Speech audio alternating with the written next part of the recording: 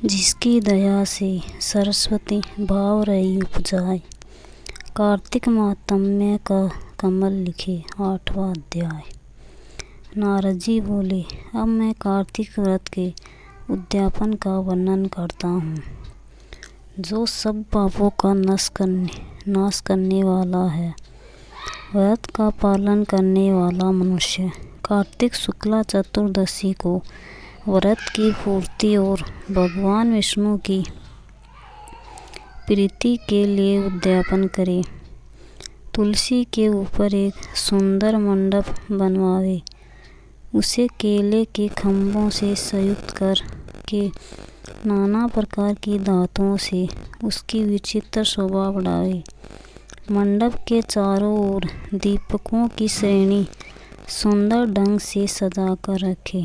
उस मंडप में सुंदर बंधनवारों से सुशोभित 4 दरवाजे बनावे और उन्हें फूलों से तथा चंवर से सुसज्जित करे। द्वारों पर पृथक पृथक मिट्टी के द्वारपाल बनवाकर उनकी पूजा करे। उनके नाम इस प्रकार हैं: जय विजय, चंड प्रचंड, नंद सुनंद, कुमंद और कुमांदक्ष। उन्हें चारों दरवाजों पर 2-2 के क्रम से स्थापित कर भक्ति पूर्वक पूजन करे। तुलसी की जड़ के समीप 4 रंगों से सुशोभित सर्वतोभद्र मंडल बनवावे और उसके ऊपर पूर्ण पत्थर तथा पंचरत्न से संयुक्त कलश की स्थापना करे। कलश के ऊपर शंख चक्र गदाधारी भगवान विष्णु का पूजन करे। भक्ति पूर्वक उस तिथि में उपवास करे तथा रात्रि में गीत वाद्य कीर्तन आदि मंगलमय आयोजनों के साथ जागरण करे। जो भगवान विष्णु के लिए जागरण करते समय भक्ति पूर्वक भागवत संबंधी पदों का गान करते हैं, वे सैकड़ों जन्मों की पाप ऋषि से मुक्त हो जाते हैं। जो मनुष्य भगवान के निमित्त जागरण करके रात्रि भर भगवान का कीर्तन करते हैं, उनको असंख्य गोदान का फल मिलता है। जो मनुष्य भगवान की मूर्ति के सामने नृत्य गान करते हैं, उनके अनेक जन्मों के पाप नष्ट हो जाते हैं। जो भगवान के सम्मुख बैठकर कीर्तन करते हैं और बंसी आदि बजाकर भगवत भक्तों को प्रसन्न करते हैं तथा भक्ति से रात्रि भर जागरण करते हैं, उन्हें करोड़ों कीर्त करने का फल मिलता है।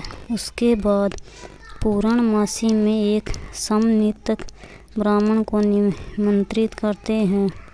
प्रातःकाल स्नान व देव पूजन करके वेदी पर अग्नि की स्थापना करे और भगवान की प्रीति के लिए तिल और खीर की आहुति दे। होम की शेष विधि पूरी करके भक्ति पूर्वक ब्राह्मणों का पूजन करे और उन्हें यथाशक्ति दक्षिणा दे।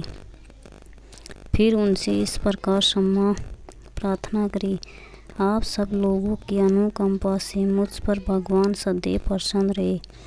इस वक्रों को करने से मेरे 7 जन्मों के किए हुए पाप नष्ट हो जाएं और मेरी संतान चिरंजीवी हो। इस पूजा के द्वारा मेरी सभी मनोकामनाएं पूर्ण हो। मेरी मृत्यु के पश्चात मुझे अतिशय दुर्बल विष्णु लोक की प्राप्ति हो। पूजा के समस्त वस्तुओं के साथ गाय भी गुरु को दान में दे। उसके पश्चात घर वालों और मित्रों के साथ शाम भोजन करे। भगवान द्वादशी तिथि को शयन से उठे, त्रयोदशी को देवताओं से मिले और चतुर्दशी को सबने उनका दर्शन एवं पूजन किया। इसलिए इस तिथि में भगवान की पूजा करनी चाहिए। गुरु की आज्ञा से भगवान विष्णु की स्वर्णमयी प्रतिमा का पूजन करें। इस पूर्णिमा को पुष्कर तीर्थ की यात्रा श्रेष्ठ मानी गई है। कार्तिक माह में इस विधि का पालन करना चाहिए। जो इस प्रकार कार्तिक के व्रत का पालन करते हैं, वे धन और पूजनीय हैं। उन्हें उत्तम फल की प्राप्ति होती है। जो भगवान विष्णु की भक्ति में तत्पर हो, कार्तिक में व्रत का पालन करते हैं, उनके शरीर में स्थित सभी पाप तत्काल नष्ट हो जाते हैं। जो श्रद्धापूर्वक कार्तिक के उद्यापन का महात्म्य सुनता या सुनाता है, वह भगवान विष्णु का सायुज्य प्राप्त करता है।